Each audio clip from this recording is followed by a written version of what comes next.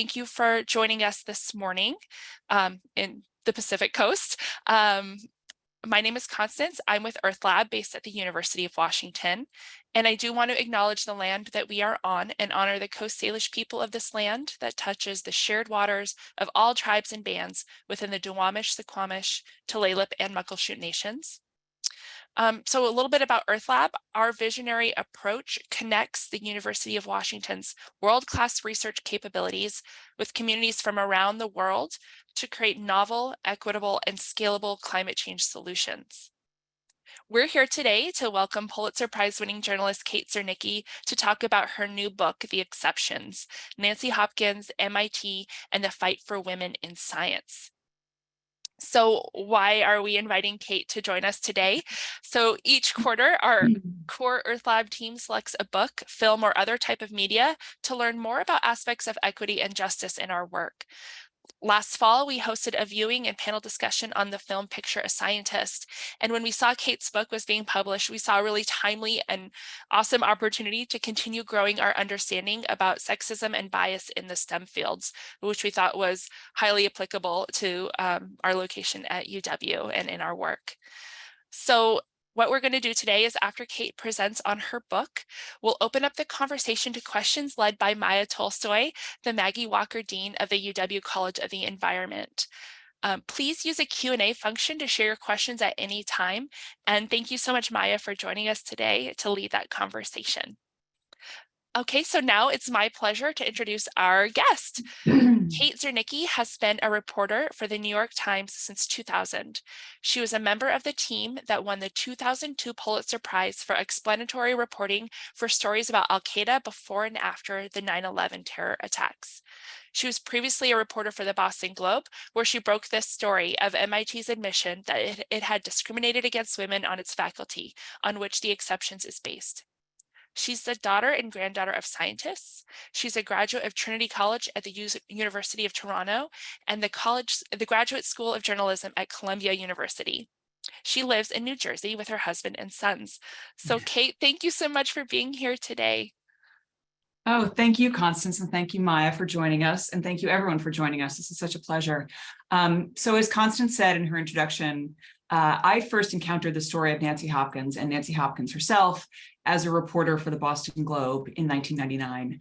I had started covering higher education for the Globe about 6 months earlier in September of 1998. And at the time, my father, who, as Constance mentioned, was a physicist, had said to me that I might want to look into the work a physicist named Millie Dresselhaus was doing to get more women into science. And when Millie was at MIT. And I thought, oh yeah, interesting, but I completely ignored him, as children sometimes do their parents. But mostly, I think I thought at the time, well, discrimination, what's this really going to look like? It's 1999. How bad can it be, right? So 6 months later, I got a tip from someone in the newsroom that there was something going on with discrimination and women at MIT. And I thought, oh, because of what my father had said, I knew this, would be an interesting story. But I also, I think I expected that it would be a lawsuit or something. And in fact, when I called Nancy, excuse me, what Nancy told me was that, in fact, MIT was going to acknowledge that it had discriminated against women on its faculty, which in my business is what's known as a man bites dog story. This was not what I was expecting. And further, Nancy told me that the reason that the MIT, and in fact, the president of MIT was acknowledging this, was that a group of 16 women had come together and asked MIT to create this committee of women and men that then gathered data to show how women, just the ways in which women were marginalized or discriminated against. So this was lab space and funding and salaries. And it was also just sheer numbers. There were at the time just 15 women on the faculty of the School of Science at MIT with tenure. There were 197 men with tenure. So really, really lopsided. There had never been a woman as the head of any department or any scientific center at MIT, not even an assistant head. So it was really, as as Nancy said, it hadn't changed since she was first hired in 1973. So I thought this was very interesting. And then I went over and I talked to Nancy. I met her in her lab, and I said, well, how did you first discover that that you were, or how did this effort first start? And she said, well, I'd moved into a new field. She's a molecular biologist. She had moved into developmental biology and was studying zebrafish. And in her study, she needed to have 3 generations of fish to study. So she needed quite a bit of space for her fish tanks. And as her lab grew, she needed more space. And she said, but they told me I couldn't have more space. And I said, but I have less space than the men. And she said, and I knew I had less space than the men. I said, well, how did you know? And she said, well, I measured. I said, you measured? And she said, yes, with a tape measure. And it turned out that Nancy had indeed gone around to the entire building at MIT, to the Cancer Center at MIT, and measured with her tape measure every inch of lab space and office space, and found out that not only did she have less space than the men on the faculty, but as a fully tenured professor at MIT, she had less lab space than men without tenure. And this had been going on for years and years.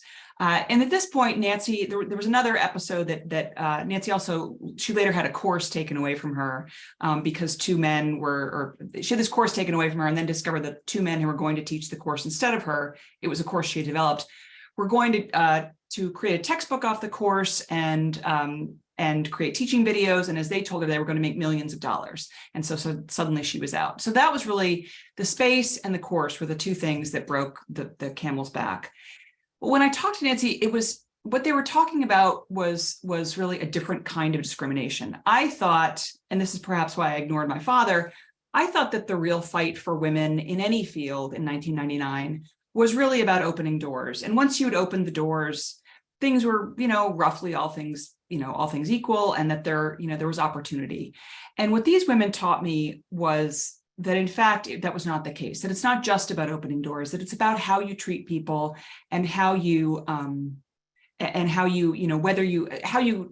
treat people and how you view them across the arc of their career. So not just when they're starting out, because a lot of these women did feel that at the start of their careers, they had great resources, they had wonderful mentors, many of them men, they felt really supported. The problem was, as women progressed throughout their careers, the resources were not equal. The men were being groomed for leadership roles, which of course come with more space, more salary, better opportunities.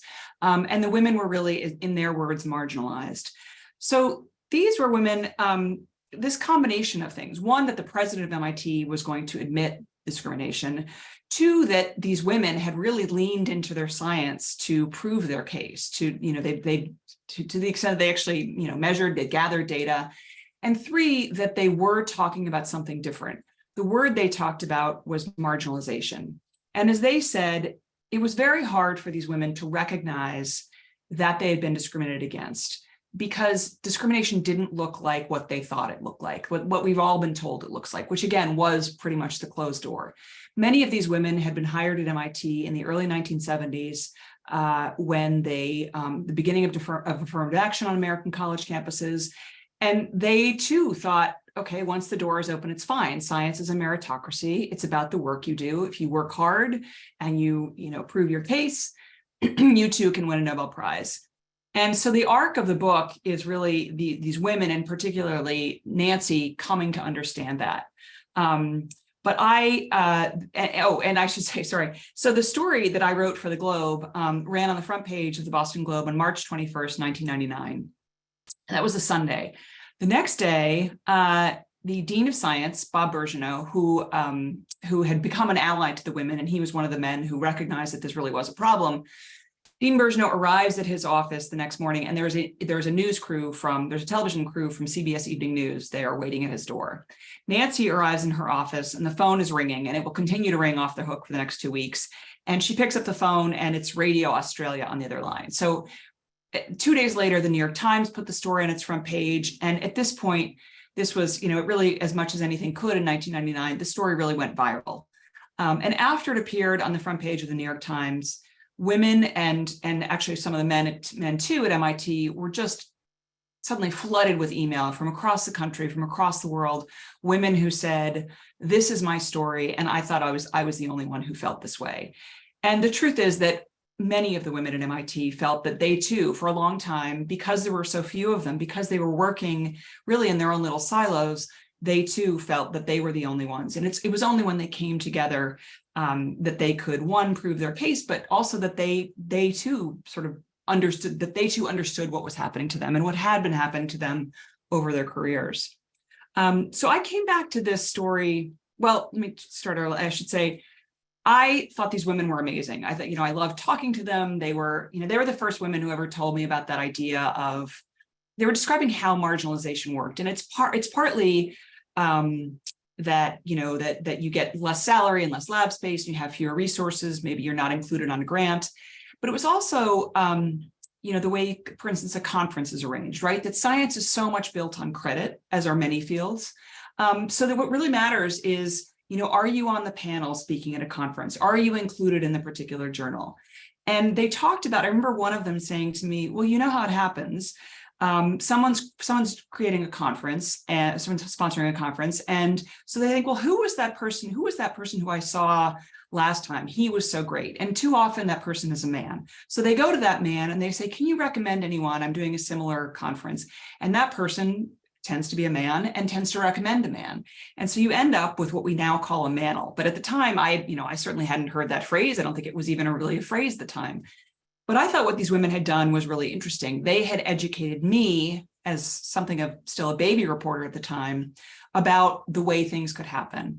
But I think I thought, like a lot of young women do, that once you define the problem, you fixed it.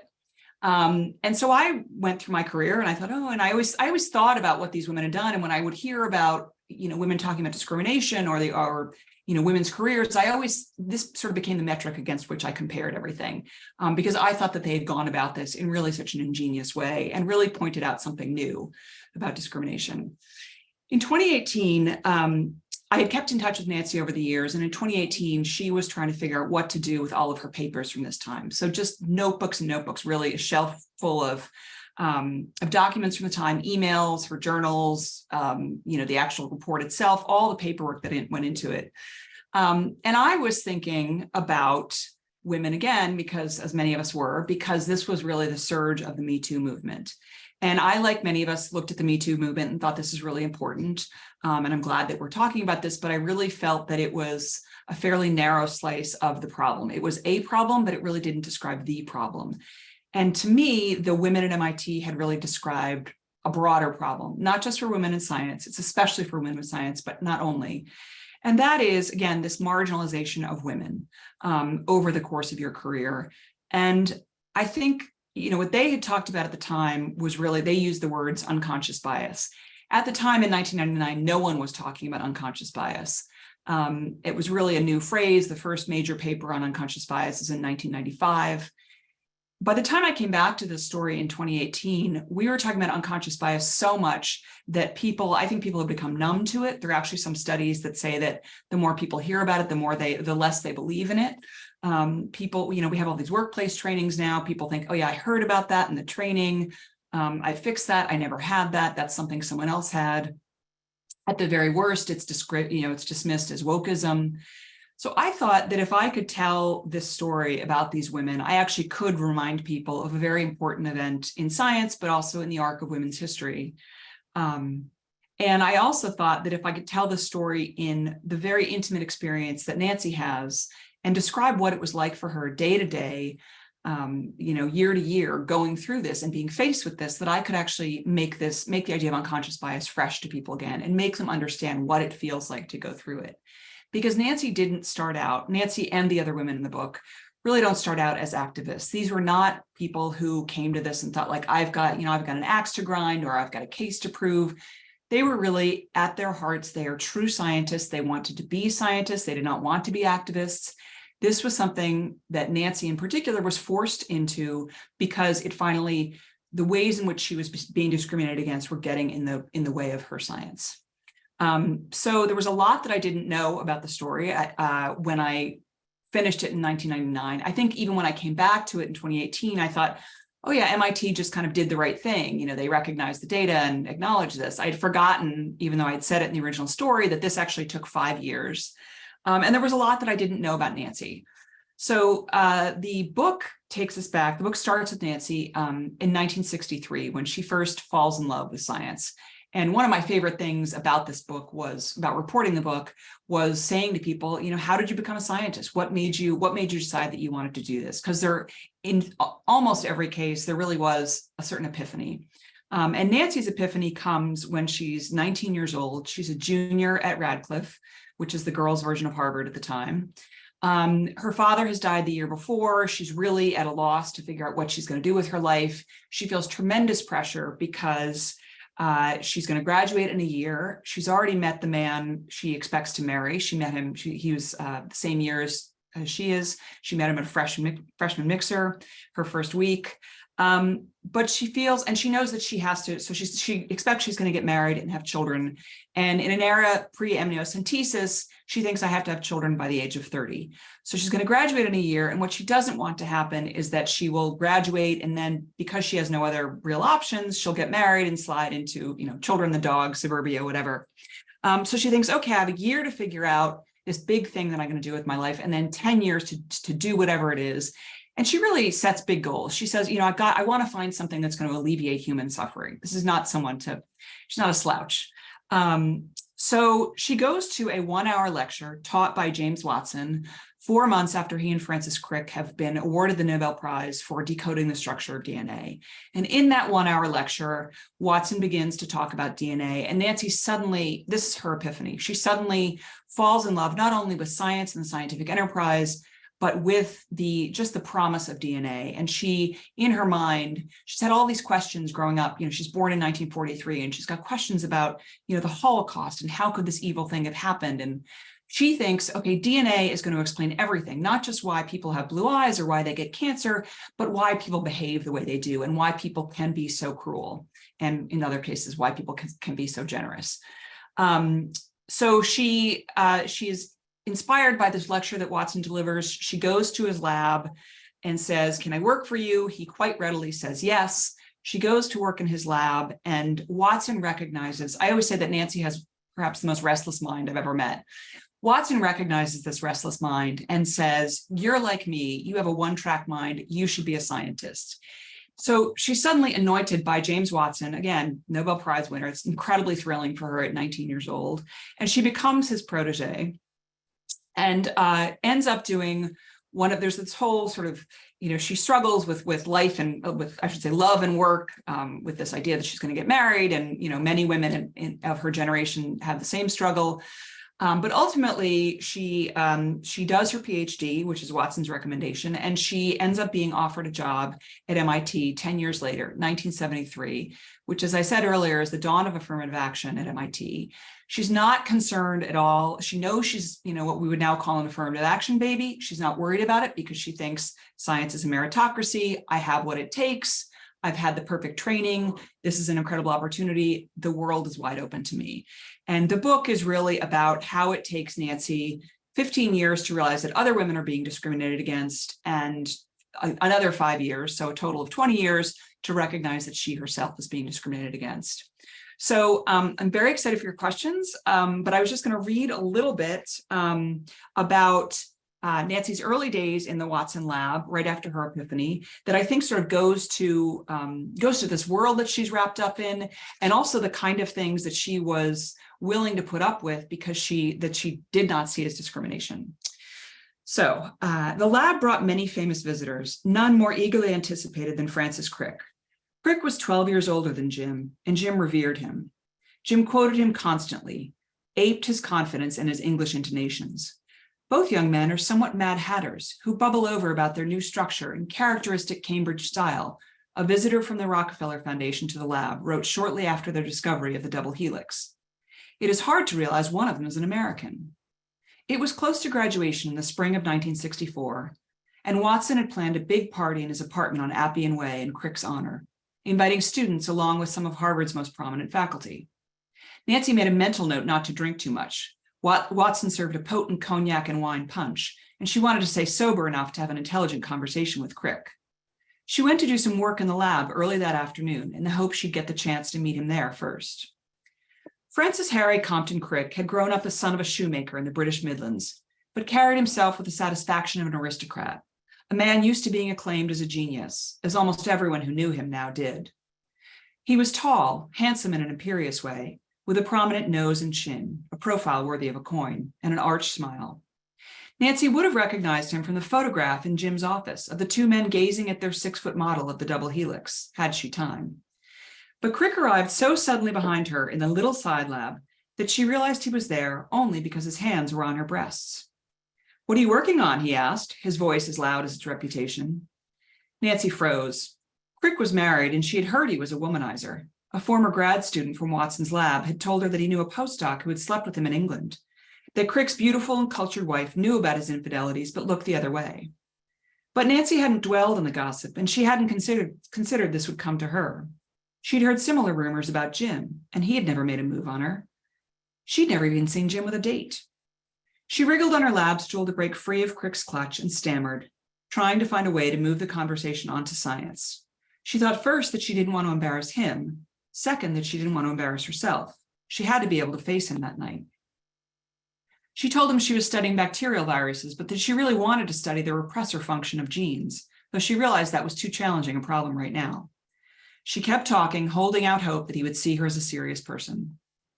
Then, just as suddenly, Jim burst through the door, clapped his hand on Crick's back to greet him, and steered him back into his office. Nancy was alone again. If Watson had seen anything, he didn't say so. Nancy went to the party that night and held her liquor. It was crowded with dancing as usual. Jim urged her to stay to the end, which she did, hanging on the small circle talking science around the famous duo. Then, because no Radcliffe girl would walk through Cambridge alone at 1 o'clock in the morning, Watson and Crick, purveyors of the secret of life, the great men who generations of biology students would know by their conjoined surnames, escorted her along the brick sidewalks of Garden Street and back to her dorm. It had been, Nancy thought, as the heavy door closed behind her, a spectacular day. She could have done without Crick groping her, but after the evening at Watson's, she had almost forgotten about it. What filled her head instead was newfound assurance, confidence that she had found the meaning she had been looking for. She liked her private school friends well enough, liked to go to their parties, but these other people were on a higher plane, the ideas they discussed, the questions about life they were poised to answer. She wouldn't quite say she felt at home in their world, at least not yet, but even to be at the edge of their conversations, it was the most exciting thing that had ever happened to her. That's the exception. So anyway, thank you all. Wow, thank you so much. That was a really, it was a wonderful overview and a particularly spectacular passage to end on. So I just want to hold the book up here for those of you who haven't yet read it. Absolutely brilliant read, and to say thank you so much for writing it. This is such a powerful and important story to tell. And you know, as a woman in the physical sciences, maybe the next generation on from Nancy, the story is still so important today. And I remember I think I was maybe 5 years post PhD, a junior scientist, hearing about the report coming out, and I vividly remember standing by the printer as I was printing it out to read, and I can remember the smell of the ink and everything, and so excited to read it and thinking this is going to change everything. Yeah. Because somebody's finally documented this in a way that people will take seriously. And in many ways it did change everything, and in some ways it didn't, because it continues. So I have just a few opening questions for you.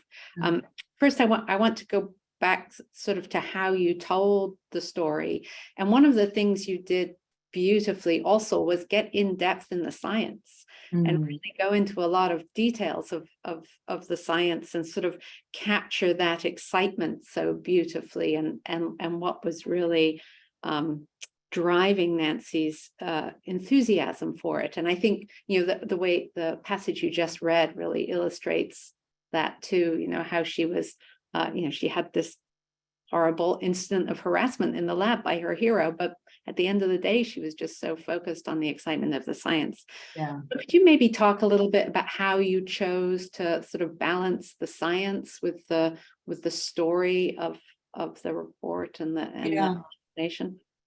So I wanted to, the science was very important to me for a few reasons. One, because I wanted readers to be excited about it, because I wanted readers to understand, why the story is important. This is not just about some academic backwater or some, political infighting at a university, because science, as Bob Brown, who's now the president of Boston University, said to me, we rely on science to solve our most critical challenges. Why would you shut out or even risk shutting out half the population from the get-go? So I wanted people to understand that. I wanted readers to feel invested in the science, but there were other reasons as well. It was very important to Nancy and very important to the women. When the story broke in 1999, MIT was not thrilled that I had found out about this story as a reporter for the Globe. And they agreed to work with me, but there was sort of this agreement that Nancy and a couple of the other women would be the face of this story, because it was felt that Nancy, and the book goes into this, Nancy had sort of had the worst experiences and was suffering the most acute problem. But the reason they wanted Nancy to do this is that the women didn't want to talk. They didn't want to be on TV talk shows or whatever talking about women in science. They wanted to be doing their science, and so I felt like I had a great obligation because I respect these women so much. I wanted to do justice to them, and I thought the way to do justice to them was to show that they are scientists first.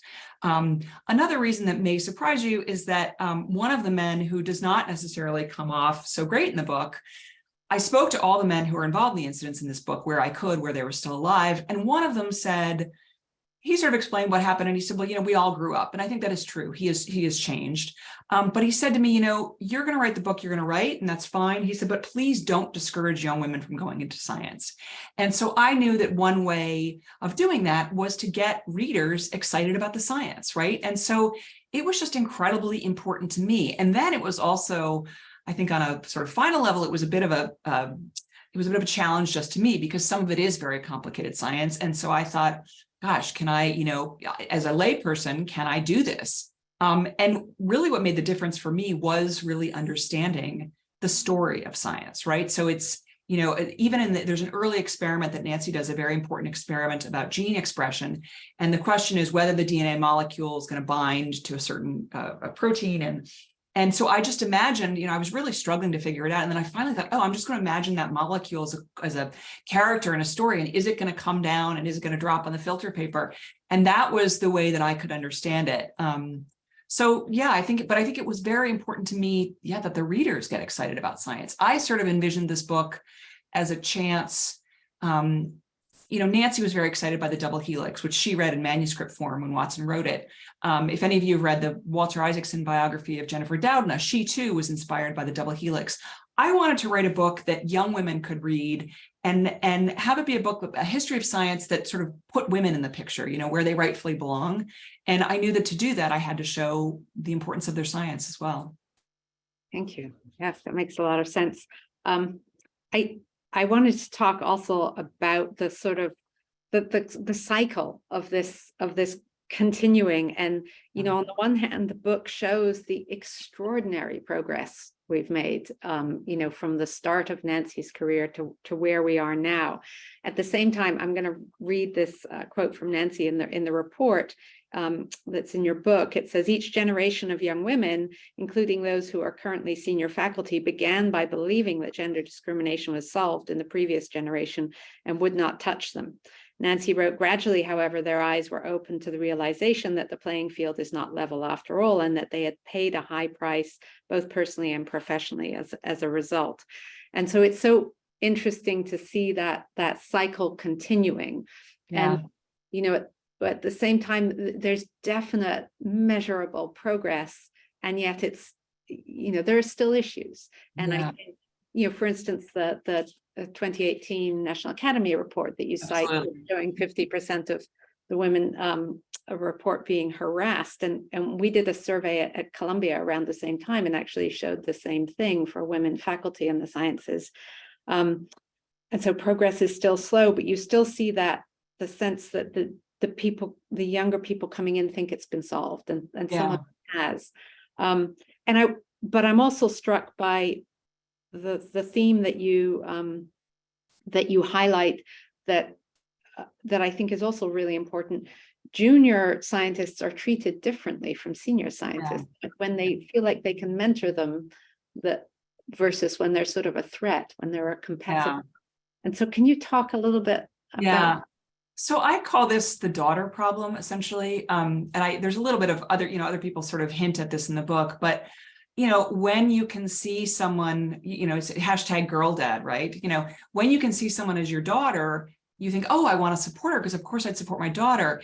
But then you have to think, okay, would I want my wife in the lab with me? And would I want her to, it's not that, I don't want to portray, relationships between the sexes so horribly, but it's okay. So strike the wife, but would you want your competitor? How are you seeing women differently? And are you recognizing that they are still at a disadvantage and that you still have a privilege in many ways?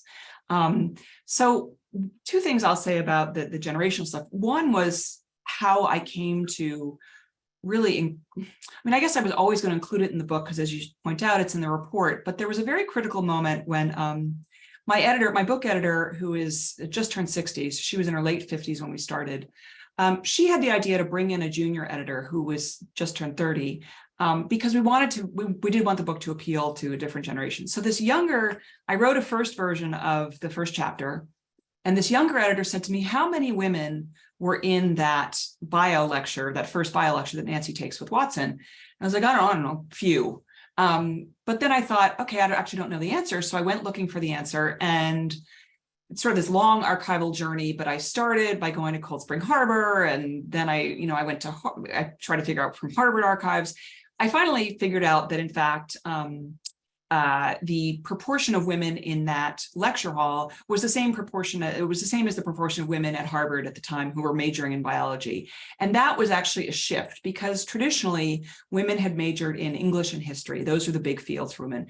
But Nancy's generation, again, graduating in 1964, there was just beginning of a slight, so women were starting to go into fields that were a little more dominated by men, but we still hadn't had the second wave, the beginning of the second wave women's movement. So that brought me to all the archival treasures at Radcliffe in particular, and I found this yearbook from Nancy's, it was Nancy's yearbook, the last yearbook from Radcliffe before everything was a Harvard yearbook after that. And there were essays by the editors of the yearbook. And these young women were just talking about how they just thought the world was wide open to them. And Betty Friedan's The Feminine Mystique had come out their junior year around the time that Nancy takes this lecture with Watson. But they think, I don't need Betty Friedan. I don't need Simone de Beauvoir. This has all been solved. That's my mother's generation she was speaking to. This is all solved for me. We have men who respect us. We're going to be able to have our families, have our careers, we've got it all worked out. So that was one interesting thing. The other, and that became much more a theme in the book. The other interesting thing has been after the book is out, going to campuses and discussing the issue, in particular at MIT. I did an event at MIT, and there were some of the women. So there were some of the women from the original report who'd been senior faculty. There were some of the women who had been junior faculty at the time who are now senior faculty. And then there were, of course, some young women in the audience. And after the event, I went out for dinner with some of the women and then some of the women who'd been junior faculty, now fully tenured. And they said their view has completely changed. At the time, they felt very much this push-pull because the men in the department, this is women in biology, the men in the department were saying, don't listen to Nancy, she's crazy, she's got this bee in her bonnet. And they were kind of inclined to agree with the men, or at least not be certain of what Nancy was saying, because they did pretty much feel that they were being treated well. And now they look at it completely differently. They understand what Nancy was going through. They feel what Nancy is going through. The other interesting thing is that this is actually what persuaded the president of MIT to make this remarkable admission that he recognized that discrimination against women was a real thing in higher education.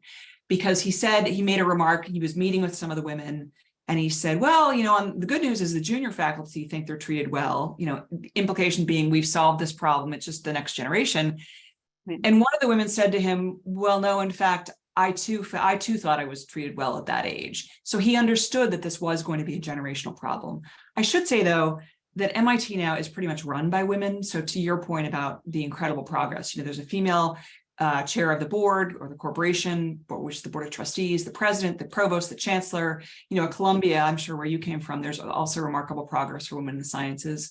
The School of Engineering at MIT has 8 departments and 5 are now led by women. So there is real progress. But I do think in attitudes about women, we are still stuck somewhere closer to, I hate to say 1993, but possibly even 1973 in some cases.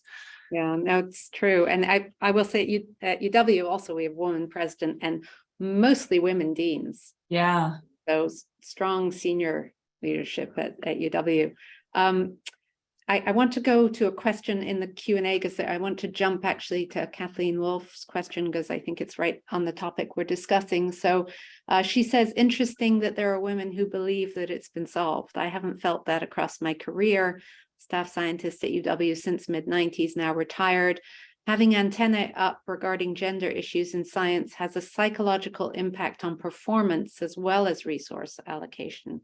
And she asks if you have thoughts on that. Yeah, so I think this is actually one of the reasons I'm going to kind of interpret what you're saying about psychological impact on performance. In other words, that it inhibits your performance, that you feel you're not, as we say now, bringing your full self to the workplace. But I think that is absolutely the case, and that goes to what happened to these women, to the women in the book, this group of 16 women led by Nancy. People now, and particularly younger women reading the book, think, well, why didn't she speak up sooner? As if it's an easy thing to do. And it's not easy. And I think this is one of the reasons I call the book The Exceptions, partly because these women were exceptional and that they got jobs and they were remarkably successful. They got jobs at a time when women weren't, and they were remarkably successful. But it was also just the way that they kept describing their experience to me and how they powered through. Shirley Tillman, who's the president of Princeton, talked about having blinders on. And she was just so afraid that if she looked outside this narrow focus, she would see all these problems and she would get thrown off track. And for the women at MIT, it was similar. And they thought two things. One, they would get thrown off track. Two, they didn't want to believe it because they wanted to believe it was a meritocracy. And three, the women they had seen, women like Barbara McClintock, who's, was a generation earlier, women who spoke up were called difficult. And so, if you raise your hand and say you've got a problem, you might get the problem fixed. But it was going to be a considerable, there's be considerable harm to your career because you would be seen as difficult. It was also, it's a long amount of, it's just an incredible amount of time. I mean, I joke about Nancy measuring the space, but that's a lot of time going around and measuring all the space and fighting for a microscope. And I use this example of how this inhibits science. She wanted $30,000 for a new microscope for this incredibly important work she was doing on finding the genes that are critical to development. And so she has a postdoc who's trying to observe a particular change, but she doesn't have the microscope she needs. So the postdoc, they've worked out an agreement, with another lab in a different building. But the postdoc is trying to observe this change. And by the time the postdoc gets to the other lab with the slide that he's trying to watch, the change has occurred, so he can't see it happening. Once Nancy gets the $30,000, which she gets through a bunch of maneuvering, the experiment's done almost instantly. But it is the time that it takes to go, pester the dean and find the person who can help you. My editor and I talk about there's a Toni Morrison quote about the function of discrimination being to ultimately to distract you, right? To throw you off course. And it's just the time that you have, for Black people, it's the time they had to spend to argue that no, in fact, shapes of their skull weren't different. This is Toni Morrison speaking. And yes, so for these women, I think that's one of the things that I'm imagining are talking about with this impact on performance. It's just a time suck. And so that is why this is so important. I also think it's become harder the farther we get in the women's movement, because there is this expectation that, we have progress. Well, look at all these deans we have. You don't have a problem anymore. So it becomes harder to speak about the problem because you look even more like you're crazy. No, absolutely. And I think you do a really nice job also of sort of highlighting how, as Nancy became more and more aware of the issues and started to complain about them, she became more and more sidelined in the department and more sort of treated as this troublemaker as opposed to brilliant scientist that she was. Yeah. And there's another quote in your book that I want to read because it says it's described as a cancer researcher in Seattle. And so it may be a UW person. Described the conversation among her group of female colleagues. Yeah. There are days when we just hate to come into work, days when we know we'll have to face the smug, self-satisfied, self-righteous old boys network that unconsciously but systematically puts us down. What an incredible waste of our energy and talents to disenfranchise us. Lots of times you can think about your lab and ignore it, but not all the time. And so that sort of goes to, what you were just answering in terms of the psychological effects as well. But also, as you just said, the loss of the science. And Yes. I kept thinking through your book, all these amazing things Nancy was accomplishing, and on cancer research, so important. Yeah. What more could she have done if she didn't have to Absolutely. things as well? So that's another reason the science is important. And I think, this is one of the things that's been actually somewhat heartbreaking for me is Nancy's now 79. She'll be 80 in June. And she's had this incredible career. She's a National Academy member, and but she still thinks, well, two things. One, what you said, what science could I have done? Was I driven out too quickly? Then she thinks, well, did I put up with why did I spend 20 years doing this? Should I have left MIT? But then I also think every time there is an accolade for her, she got this honorary degree from Rockefeller University, which is a place that, by the way, wouldn't accept her as a grad student. And she kept saying to me, well, is it just because of the women's work? And it wasn't. It was, the citation was for both. And both are important, but it is this feeling of like, she still wants to be known as a scientist. That's still her true passion. yeah. And she feels it somewhat demeaning to have to speak up about the she calls it the women's work. Yes. Yeah. So I'm going to go to a slightly changed topics first. Sarah Johnson has a question. She said, as a journalist, do you find parallels of bias in your field? And how have you navigated that or coached other women journalists and writers? Yes. So this is a great question. And again, another thing that I love about the story is how different groups of marginalized people are constantly learning from one another and taking the earlier work and improvising on it or improving on it. So the women, when they're getting together in 1994, they are all passing among themselves a book called The Girls in the Balcony, which the subtitle is Women, Men, and the New York Times. And The Girls in the Balcony refers to where women covering the Senate in Washington, they had to stay in the balcony. They could not be down interviewing. So it was the press, you were in the press gallery. There was a special section for women. So these women at MIT, yes, learned from journalism, but of course, at the time, this was a lawsuit against the New York Times in the 1970s. And ultimately, the women at MIT see that the Times didn't get a great result. And what the women at the Times were talking about was, yes, obviously things like salary, but it was also about the kind of stories you were assigned and the opportunities that were open to you. So I would definitely say that things have changed and things have improved, but this is something that I have definitely seen and struggled with over my career. So for me, I felt very well supported when I was young. I don't think I recognized, I spend a lot of time now because of this book thinking about the ways in which we talk about women and the ways in which we expect women to behave. The women at MIT revisited this report in 2011, and they talked about the tightrope of behavioral expectations, right? So you're expected to be ambitious, but you're not supposed to be aggressive. You're expected to be nice in a way that men aren't. You're expected to be polite, and you're expected to be nurturing of younger people. As women get into leadership positions, and there still aren't many of them, they're expected to serve on all these committees. So I have been thinking a lot about that. And I think those were things that I didn't recognize and should have recognized when I was younger. For me, the real change was when I did begin to recognize it, because I thought I was pretty educated. Where I saw change was when I had children. And it was suddenly the change in the expectations of what I could and couldn't do. So I was one of those women as a young reporter where it was like, she's in too much of a hurry. She's very ambitious. She's very aggressive. And so I was always worried about, being helpful and trying to work well, being collegial and work well with others. And I think I did. But once you had children, it was as if I'd say, like I pushed my ambition out with the placenta. It was like, that suddenly it was, well, we assumed you couldn't do that job. I assumed you would be interested in that job.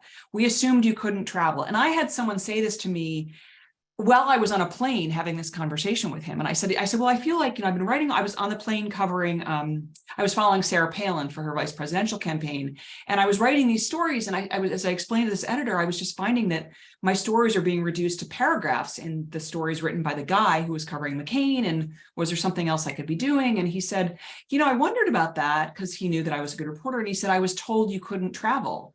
And I said, well, here we are in St. Louis, I'm traveling. And so it was very frustrating to me. And I just thought, I didn't know how I could have prepared myself for that or prepared the world for that. And of course, I had, made all these incredible contortions to make it so that I could continue to travel and to work. My husband had actually changed jobs, and I had hired very expensive childcare. And so that was a real wake-up call. And then when I was, my kids were still young, and again, I had that there was this job that I really wanted, and it went to someone else before it could even be offered to me. And again, the assumption was that I didn't want that job, and that I wouldn't want this job because I had young kids and I would want to be home with my kids, which of course I do, but like I was going to make it work. Where I would say the change is now, and where I think the work still remains to be done is, first of all, in leadership among women. So the desk that I work with, the national desk, is now led by women, which is terrific, and it actually has changed the experience. But the senior leadership, I think, there is still this feeling of like, oh, we just can't find women to fill these jobs. The effect of that has been that where we still need to make progress is in the kind of assignments that we give to women. So I always use the example, and I can't remember if this was pre-COVID or post-COVID, but or in the middle of COVID, but there was that country music festival in Las Vegas where there was a terrible shooting. And what we call the lead all, which is the story of the day, the hard news story that wraps in all the news developments.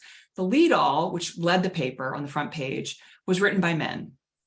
Story next to it, also on the front page, was the story about the victims, right? The soft profiles of, the tragedy of losing these lives, which is an important story, but that story was written by women. And there is this assumption that, and I think this is still the case, it's gotten better over the last couple of years, is that women, as a friend of mine said, can't write the lead all, that we still don't trust women with sort of the newsy, the hard stuff. What has intrigued me so much, and I mentioned this a little bit in the prologue of my book, in the epilogue of the book, is research about the language that we use around science and around genius. So this is work that's done by Sarah Jane Leslie at Princeton and Andre Chimpian at NYU, and they look at the way men and women speak about genius, and both men and women are more likely to ascribe genius to men. When we talk about successful women, we tend to emphasize how hard they worked, right? Which is important. When we talk about men, it's, oh, he's a phenom, he's a genius. And also men and women alike think that science, and particularly, pure math and theoretical physics, are fields that require a genius or this raw brilliance. And so women, the effect of that is that women themselves say, well, I can't go into that field. That's a field that requires genius, and I don't have that. I think there's still some of that in journalism, that there are certain beats that are off limits. At one point I applied to cover the Pentagon, and which is a job I didn't get. And the person who interviewed me said, well, you do know you'd have to go to Iraq. It was 2004, so it was the height of the Iraq War. And he said, well, you do know that if you got this job, you would have to go to Iraq.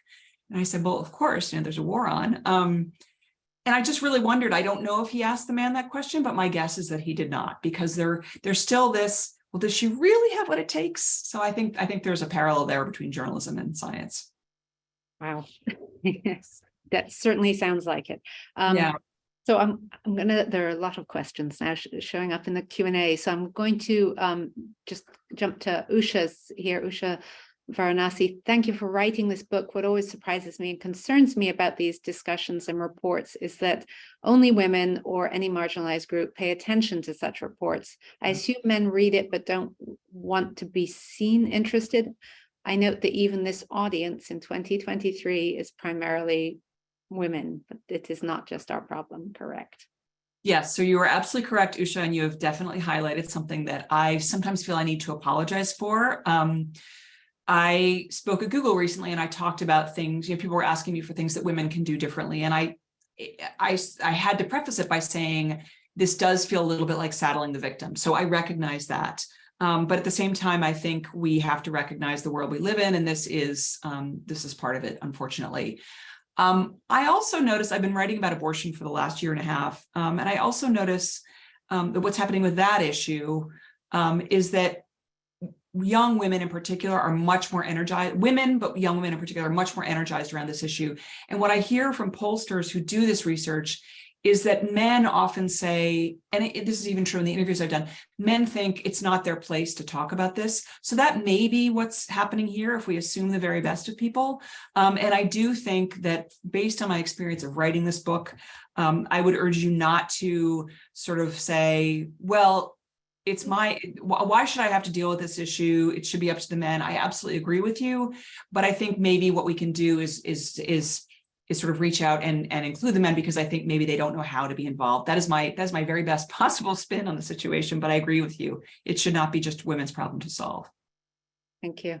And then Karen Levy, can you speak a bit to the intersectionality and the idea of women in science in the age of increasing recognition of the gender non-binary, as well as challenges faced by other underrepresented people in science? Yet there are also still specific challenges faced by people are faced with the concurrent life challenges of reproduction and productivity. Right. So I'll just take the last part quickly first. Yes, so certainly at the time of this report, two interesting things. One, the women who wrote this report, half of them did not have children. So there was, you couldn't dismiss what these women were saying, like, oh, well, the reason their careers haven't advanced as far as the men's is because they have children and they're too busy raising children. And as I pointed out to Maya, we were discussing Marcia McNutt, who's now the head of the National Academy of Sciences. Marcia McNutt was one of these women, and Marcia McNutt was one of the women who did have children, yet Marcia McNutt had arranged her personal life and her schedule such that she was actually able to travel for 6 weeks at a time out on ocean voyages. So you also couldn't say that women who had children were unable to have successful careers. But at the same time, yes, so to go to the intersectionality question, so yes, sorry, to that end, yes, there were problems for women and children. At the time, there were absolutely after the report came out, one of the first things that MIT did was address the childcare problem, because the junior faculty felt that that was the number one problem. So there was daycare on campus for the first time. There was automatic tenure, extension of the tenure clock for the first time. So that problem, they really did try to deal with that. It is a very real problem. But at the same time, the intersectionality question for other marginalized groups at the time, there's a part in the book where MIT in the early 70s is trying to get more women. They assume that the idea that the way to get more women on your faculty is to get more female undergraduates, and the female undergraduates will organically rise through the ranks and become the next generation of female faculty. But those women who are the undergraduate women who are trying to get more of their kind on campus actually learned from the Black Students Union, which was very powerful at MIT and led and founded by Shirley Ann Jackson, who went on to a very prominent career as president of RPI. She's just stepping down now. So there is, again, this way in which different groups learn from each other. However, by the time these women get together on the faculty in the early 90s, there is not a single woman of color in this group of 16, in this group of women who are tenured at MIT. And there was not, I don't think there was even a single woman of color on the junior faculty at the time. Maybe there was one in engineering. So yes, this is a huge problem. In the 1970s, there was a very important report that was done that I talk about in the book by a woman who still works for the American Association for the Advancement of Science, Shirley Malcolm. And that report, there were still few enough women of color in the sciences that they were actually able to identify them and bring them to this conference in rural Virginia. And they wrote a report about that, and they called it the double bind. And the double bind is that, yes, there are groups, and there were groups at the time for minorities in science, and yes, there were groups for women in science, but the groups for minorities were focused on the problems of men, and the groups for women were focused on the problem of white women. I think we have gotten better about understanding the intersectionality of this, and I think there are more women of color on campuses now and in the sciences, so it becomes, there are opportunities to work across boundaries, and I think it's really important. I think the more we can recognize things we have in common rather than the things that separate us, that's really important. One of the things that's interesting to me about that double bind report is that the women, the Black women were suspicious of the Asian women, who thought that the Native American women were treating better. So again, I think the most important thing we can do is recognize the commonalities that we have and work for the, really for the benefit of all. Thank you. So we just have a few minutes left. And so I'm going to sort of parse the next question, which was from a younger woman in STEM, is how she describes herself. Frustrating to still witness so many of these things 25 years later, and the parallels to Nancy's experiences. Can you just wrap up by telling us a little bit about what gives you hope? And I will start by saying your book gives me hope. Oh, thank you so much. Such a wonderful, wonderful arc, and it shows the progress. And it's an important story to tell and keep telling. But can you? Yeah. It's interesting you say that, because we're now thinking about the paperback, which will come out a year from now. And there was some talk about changing the subtitle to be less about the fight and more about the hope, because I think that is it's the real energy of the book. I mean, what gives me hope is the leadership of MIT, that we do have so many women. What gives me hope is that I spoke to Andrea Ghez, who's a Nobel Prize winner in physics, and she said it is no longer the exception that we see, women dropping off their kids at daycare and not being, not doing it in the dark of night. Like, I can't let anyone see that I actually have this child. What gives me hope is even at my local high school, I have friends whose children are going off to college, and it is no longer the exception for me to hear, oh, my daughter's going to Georgia Tech and she wants to be a physicist. It's like, that was really unusual. And now it's a regular happenstance. So that I just think the ambitions of young people give me hope, and the optimism and the thrill of science gives me hope. And I think that's it really, is that I think we have come to see the value of science. I sometimes say in my acknowledgements, I talk about my father, who, I say he taught me the importance of stories and he taught me to respect science. And sometimes I feel that respecting science has become a political statement. But for me, it was sort of this, I felt like I had this window into a magical world, and the idea that other people that science has become so much a part of our lives. All you have to do is pick up your phone to understand how science impacts you every minute of your life. That, and the excitement around that, and the idea that we can, that we can tackle our challenges through science, that gives me hope. Oh, that's a wonderful way to wrap up. Thank you so much. This has been a really inspiring conversation. And thank you again for writing this extraordinary book and taking the time to talk with us today about it. I really appreciate it. Well, thank you so much. I think if we were in a hall, you would now get a resounding yes, claps all around, snaps. Thank you everyone so much for joining us today. I feel like we could spend so much more time talking about this important topic. That hour went by really quickly for me, which is always a good sign. So thank you so much. We did record this conversation. You will be able to find it on the Earth Lab website next week. And until then, I just hope everyone has a wonderful Thursday. Thank you, Maya. Thank you, Kate. So much. Thanks. Thank you. Take care. Bye.